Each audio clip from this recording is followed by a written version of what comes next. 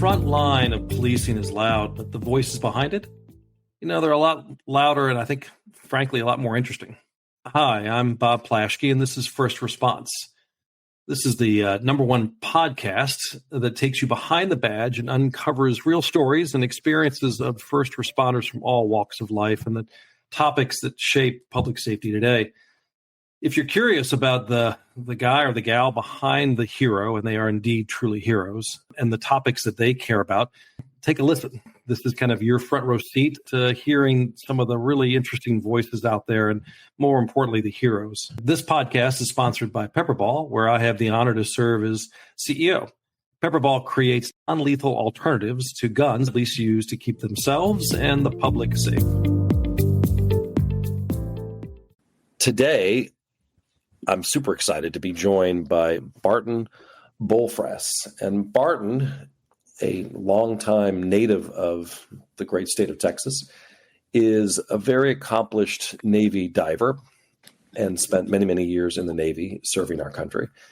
That's not why he's on the show today. Barton is a technologist. And this is one of the few times that we'll not have somebody who actually has a badge who is serving the public. This is someone like myself, actually, who is a technologist who builds innovative solutions for public safety responders.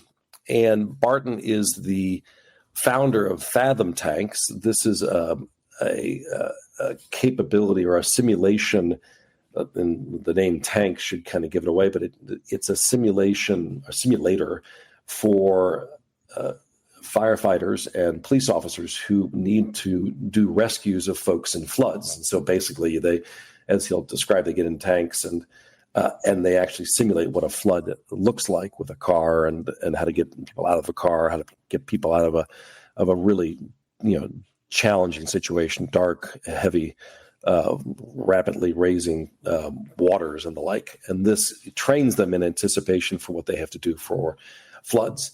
Barton also is an innovator, kind of an inventor of sorts for different types of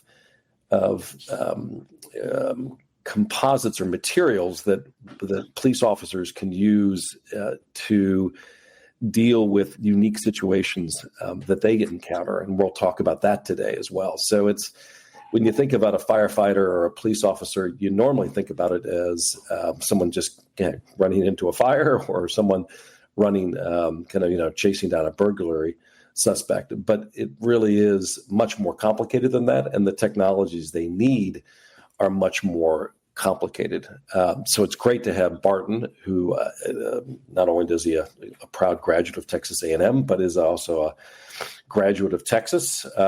So Barton, first question for you: who's going to win today this game? Who's your favorite for the Texas versus Texas A&M game this Friday? Yes. Exactly. That's the safest answer that'll get me through Thanksgiving. Half of my entire family went to A&M and half of my entire family went to UT.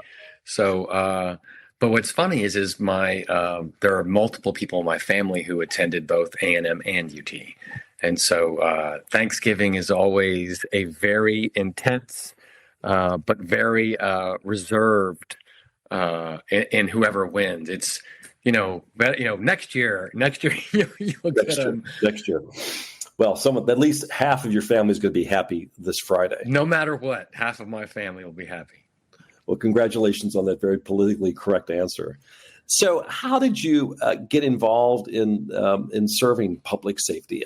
I've described to listeners how I was unintentionally but very happily brought in providing working with FirstNet, which is a kind of a network, wireless network for public safety and emergency responders.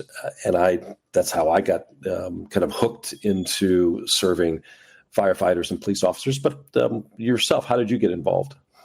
I have bizarrely, my entire life seems to weave in and out of being surrounded by law enforcement and first response. I unfortunately, in the 1970s, my family was stalked and terrorized And by the age of 8, I was incredibly, fluid with the legal system and trying to maneuver that. But the police were instrumental in protecting my family, and that really weighed heavily on me. I went on to serve in the military. I was a Navy EOD diver.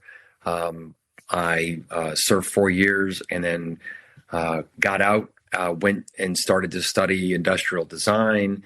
And suddenly I kind of saw a way, after watching a single video of some first responders practicing this rescue in a boat ramp, I realized after taking Navy dive training that there was a much better way.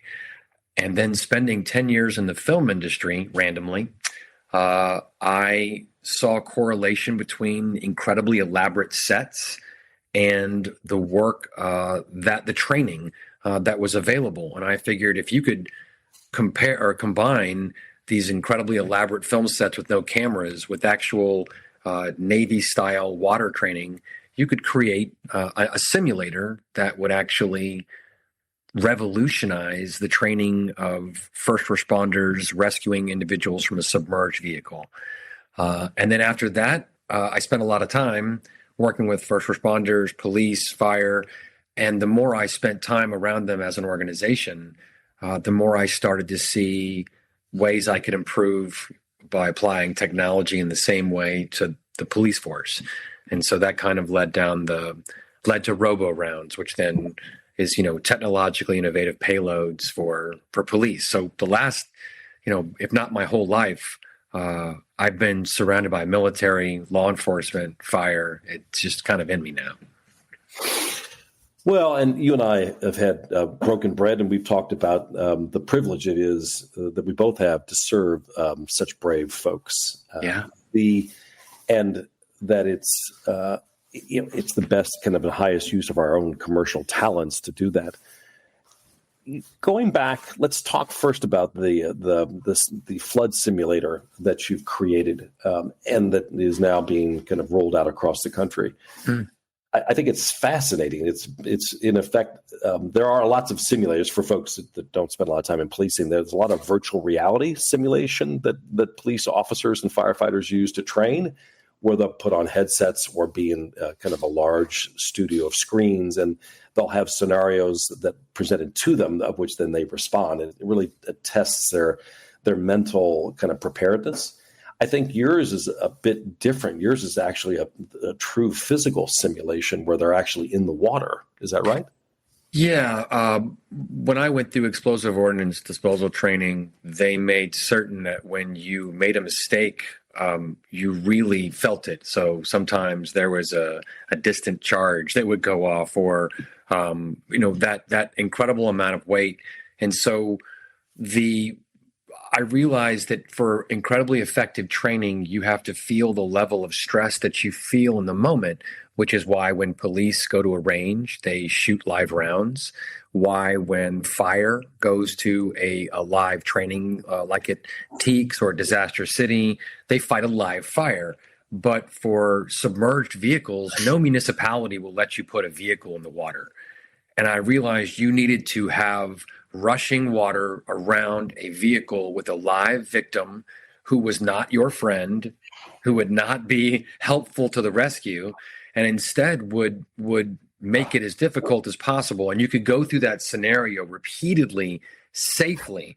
And the way to do that is a completely tailored environment. So an above ground tank, 6 feet deep, you fill it halfway with water, and you have massive pumps push a river's worth of water skipping across the surface.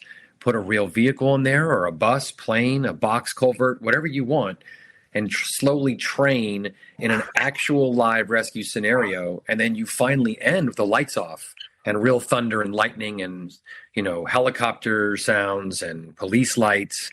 And by the time you're done, we keep getting notifications from first responders who come back from live rescues who say, this was so realistic to your training, I could not tell the difference. And our team came home alive. The victims were rescued and weren't victims. They, everybody came back, and we credit the tank. And that's all I wanted to do, was give all of the first responders an actual realistic opportunity to fail without getting hurt. It's great. Well, first of all, fantastic in terms of you being able to create that scenario and that situation. It's something I always try to describe to my friends who are not in public safety.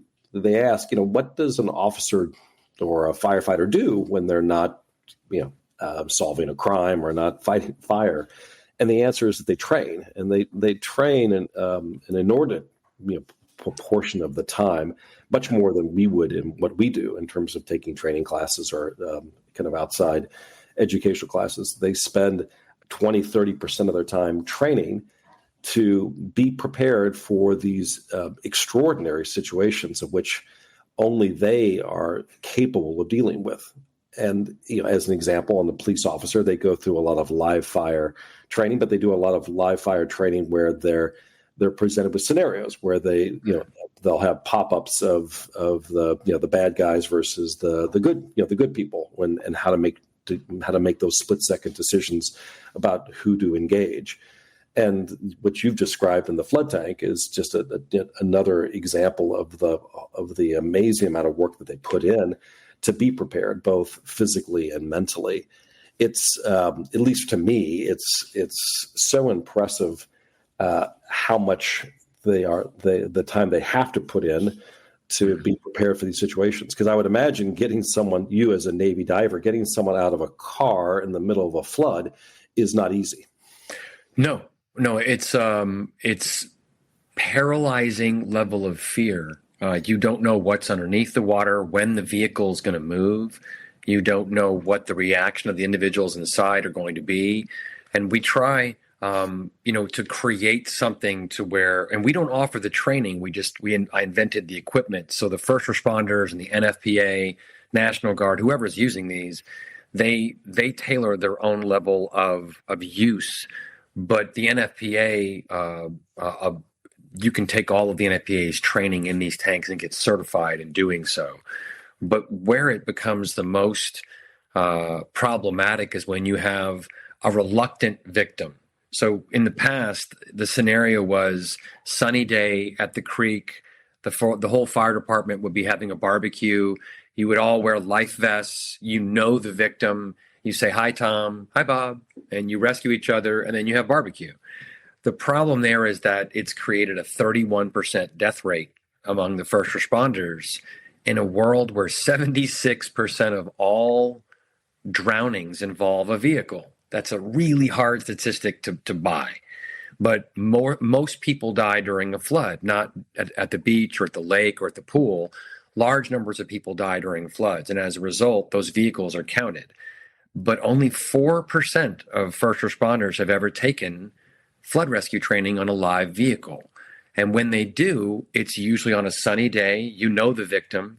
So when you go to training in a more realistic scenario and you have someone on top of the vehicle who refuses to leave until you save their loved one inside, and you don't know how to wrestle that argument with someone who won't come with you. And when they do, they try to drown you like a real person. And so you both pop up, all the lights come on, the water stops in 3 seconds, like a movie set. And the victim is looking at you and you're saying to them, we just died. Not really. Let's go back to one. Let's do this again. Talk about why we both died, why this won't happen, how it can happen again.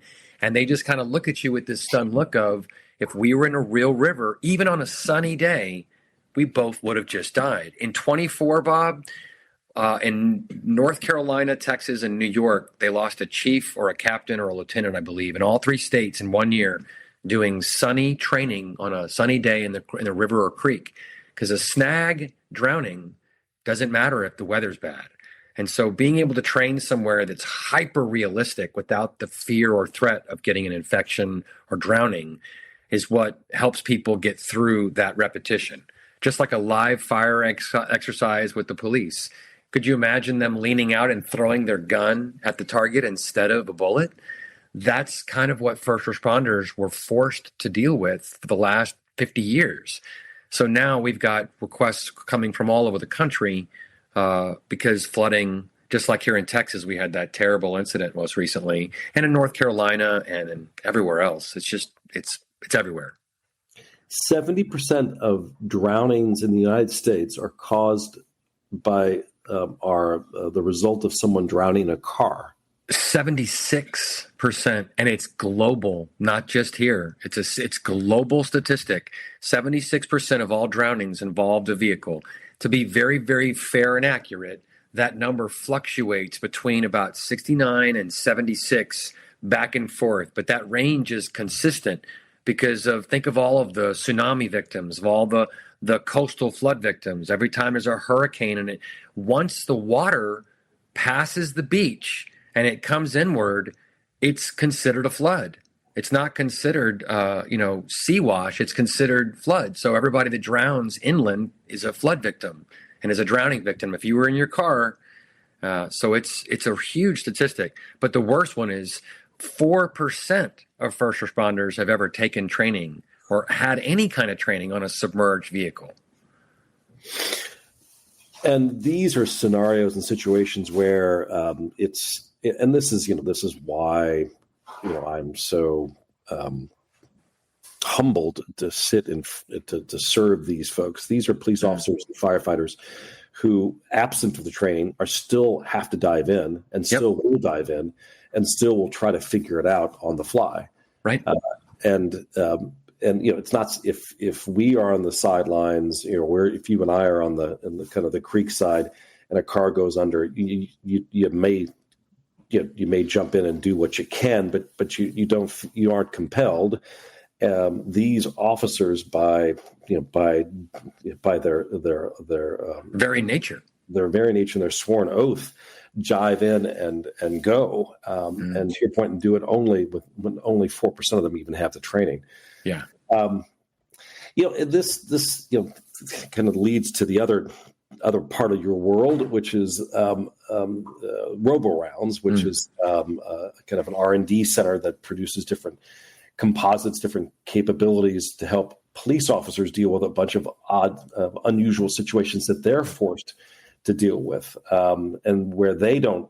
And we're all trying to make sure they get the right level of training. Why don't you describe a little bit about RoboRounds and about what type of scenarios you're trying to help police officers prepare for in those contexts? Absolutely. We try to do two things. Primarily, one, help solve future problems that we see are going to be an issue, kind of like with drones, rotor-based drones that are a real problem with contraband drones for prisons. And then we now see how they've been weaponized in the Ukraine war and now around the world. We try and come up with solutions before they become a problem. We also try and use technology to solve a few of the existing problems. My favorite inventor is Dyson, and one of his first, he has a lot of good quotes, but one of his very first was, find an existing problem in the world that is already proven and just try and improve it. Just try to make it better. And a good example was, we were talking with the NTOA, the National Tactical Officers Association, and they were discussing an issue with the efficacy or distance, the two related, of how far they could be when trying to attack glass. And we thought, they said, we would love to get farther away. And they said, I said, do you have any trouble dropping the glass? They said, it's just we want to be farther away. The farther you are from a fire, the fireman is more protected. The farther you are away from something, police can be more protected. And we thought, okay, we'll see what we can do. So we apply technology, not necessarily just innovation. We go down the entire list of testing. So every single change can be measured versus making the large guesstimates. So we try and apply technology to some of the existing issues and then just make them better, but both tomorrow and today. And when you say, let's be more specific, when you say glass, I think what you mean is breaking glass in a kind of a car or vehicle, building, tough glass. Yeah. Tough glass. Yeah. And for those folks who are not police officers, there'll be many times a day across the United States, police officers will need to get people out of cars. It may be a scenario where a husband and wife are arguing and they don't want the police officers to kind of interfere. It may be where someone unfortunately has kidnapped someone, where they don't want to come out of the car. It may be that they've intoxicated and frankly just are using drugs and don't really have an awareness and are can't kind of get themselves out of the car. But you have a car. It's someone stolen a car as an example, and the car is on the side of the road, and now the police officers have to try to figure out how to do it. And what I think you've said, Barton, which is correct, is that going up to the car with a hammer, if you might, or an axe is it's possible, but it's not particularly safe because you don't know what the person might do inside the car. And so the idea is to try to break the glass at a distance and then insert things like PepperBall projectiles or other chemicals. We're an organic irritant, but put something inside the car that then induces the person to come out. So how did you come up with, so this is one of the products that you've built. How did you come up with that as a concept? This is to your point, as Dyson would say, a problem that needs to be solved. Yeah, I'll joke about it anecdotally. I hear children can break a spark plug and throw a piece of the white spark plug underhanded at a piece of glass. It's very, very thick, and the glass will drop like it was nothing, like it wasn't even there. This is what I've read. And so having read this many, many decades ago, I decided to see if that was something that still applied. And when you have a direction and the direction technology seemed to be going was more dense, we thought, well, a more dense object is going to carry a lot more energy to push through the glass. And the lighter elements that are insanely hard, like aluminum oxide or zirconium, these are incredibly hard to the point to where they will drop glass without penetrating the glass. And so if your goal is to not go through, but to actually transfer that energy to a very fine point, we decided to test that. And so we went through a series of using a syringe to drop liquid into another chemical. And when it would hit, it would solidify into a ball. And then we would treat that. And we went through a series of hardening these materials to the point to where, like a spark plug, they're formed and then baked. And once you bake them, they become even harder. And that's the process we followed. And so in the end, what we had was a perfect sphere because of gravity and dropping of it in the liquid. But we also had something that was the second hardest substance on the planet. And when thrown at even a nominal speed, it was incredibly effective at dropping glass. And so what better combination than with PepperBall? And that made ultimate sense.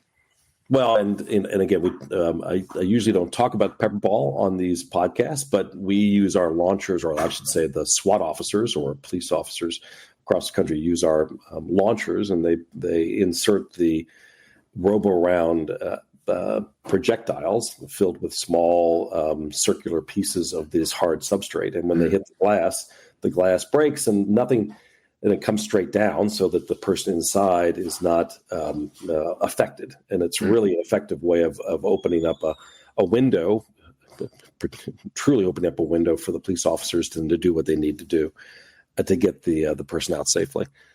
That's one example. Now, the work you're doing with drones is also super interesting. So we should maybe tell the audience about the tanglers that you've invented that we can project out of our launchers as well. Exactly. And we're very proud of it. We realized that the most logical solution to the drone issue was the rotors. They're the most vulnerable. They're light. They're very breakable. So getting something in them to tangle them made a lot of sense. Initially, we saw a net round. After we were doing our testing, we saw a video, and I think it's a very popular shotgun net round. But we noticed very quickly that wind resistance was really the issue. And when you're throwing a line or a flexible line or a net or anything in the air, the level of wind resistance is just, it kills it. It instantly stops it. So we thought, all right, well, what if this could be something that is thrown like a person in a cannonball position and then opened up surprise when it got there?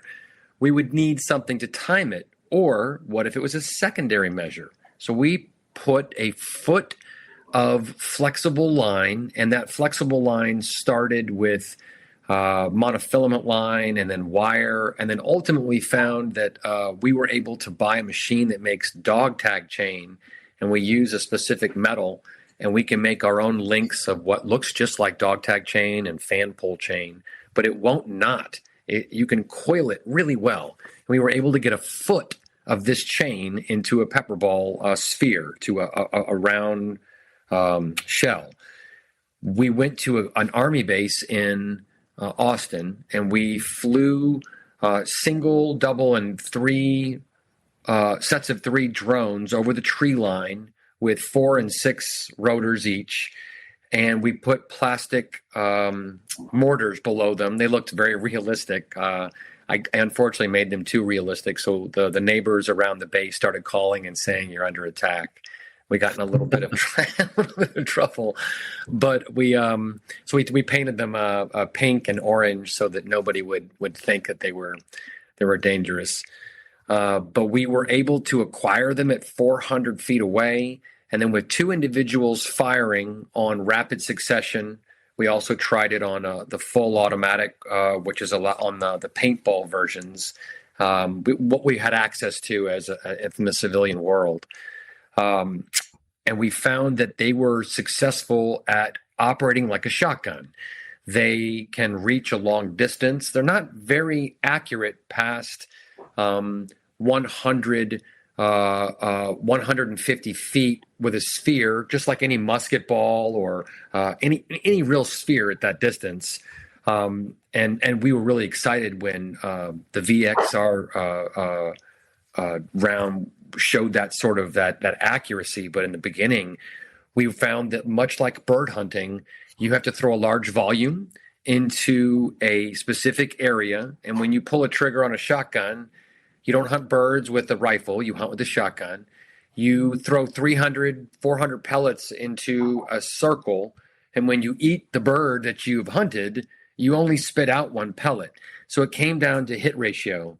And we found that when these, when launched for about 2 or 3 seconds, 2 individuals or 2 barrels, or we even created a fixed mount of 2 and 4 barrels, within about 2 or 3 seconds, there's enough chain in these balls to fill a circle about 10 feet wide at 200 feet and about 15 feet wide at 300 feet. And when these hit the drone, they were able to wobble and flip the drone, but also they pop out and this chain flies out and gets caught up in the rotors. So it had a primary and a secondary attack that was so effective.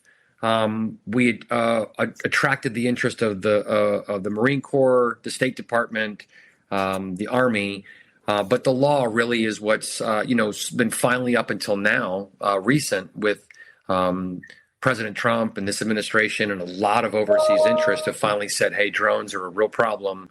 The cartel is now sending people to Ukraine to learn. They're bringing the education back. We're going to see it on our border here. So having something that you could fire that had no collateral damage at airports, seaports, stadiums, prisons seemed to be the next logical solution, and hence the tangler round.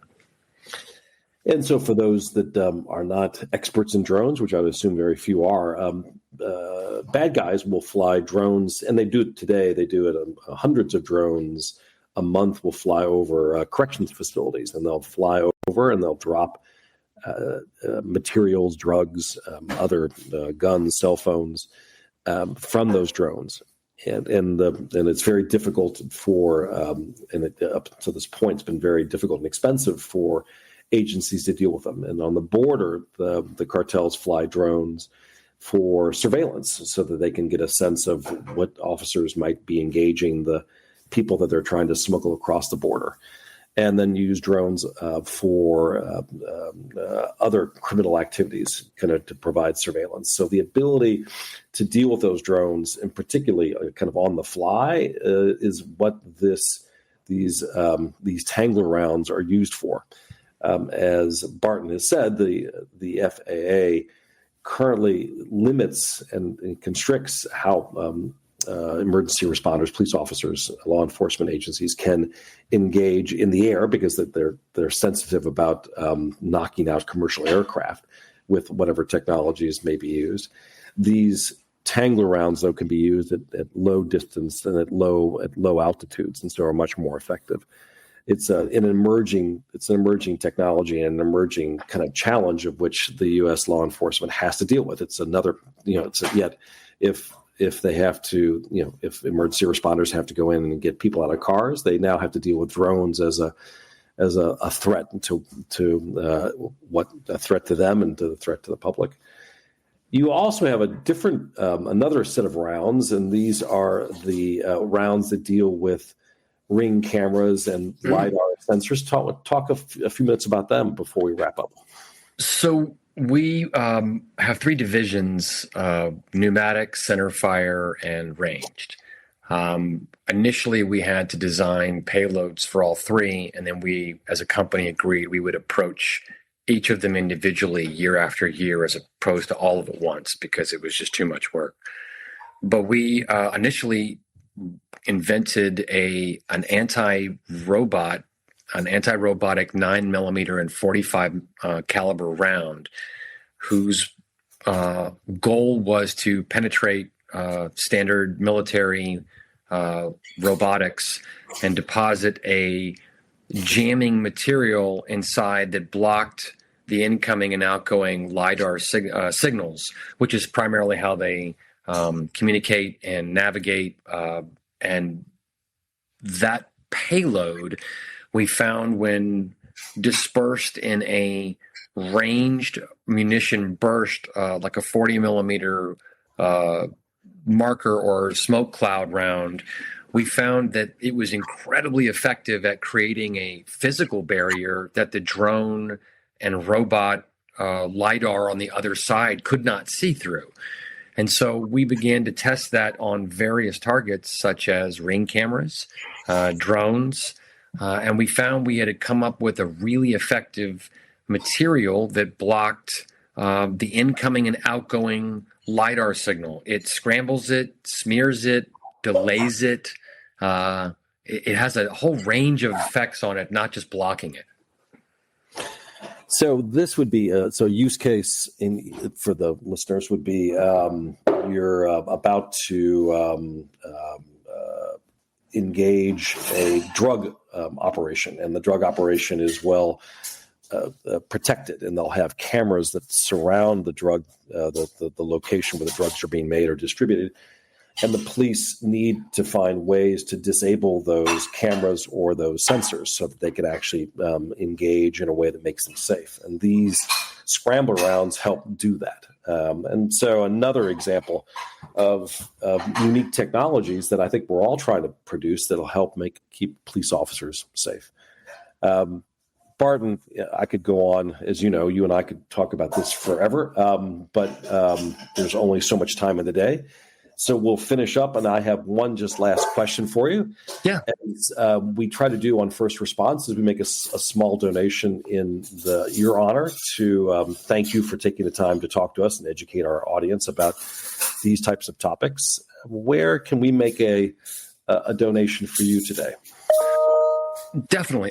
Flood Rescue Foundation is an organization that we support completely. Flood Rescue Foundation takes in and aggregates flood donations from nonprofits, and we streamline them directly to 2 different organizations.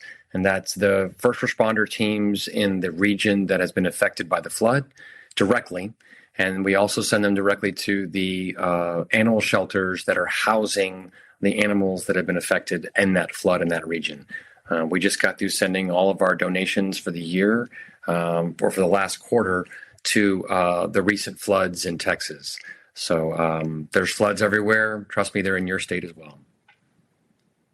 Yes, absolutely. In California, for sure. Well, thanks everyone for spending the time with Barton today. I thought what was interesting is his background coming out of the Navy and him identifying a challenge, identifying not one but many challenges that public safety emergency responders face. The first being how to deal with floods and how to deal with getting people out of cars. 70% of people die in floods from being inside cars. And only 4% of police officers and firefighters trained to deal with it. Clearly a problem in an area that we can do better. And then the different kind of rounds, the different types of materials and capabilities that he's inventing to help law enforcement deal with unique situations, getting people out of cars, engaging bad guys who have a lot of cameras, or even bad guys who use drones. In that context, it's just tells you the number of challenges that law enforcement agencies face today. It's good that we have people like Barton there. So wrapping up, again, you've been listening and hopefully enjoyed listening to me. My name is Bob Plaschke, and this is First Response. It is a podcast dedicated to understanding the stories behind the people that wear a badge, who the very brave first responders, more than 1 million out there in the United States. And I am very privileged that this is sponsored by PepperBall, the company that I have the honor to be the CEO of. And again, PepperBall, we deploy non-lethal tools that allow police officers to do their jobs, but not have to use their guns and not have to suffer and keep themselves and the public that they serve safe. Until next time, appreciate it and be safe out there.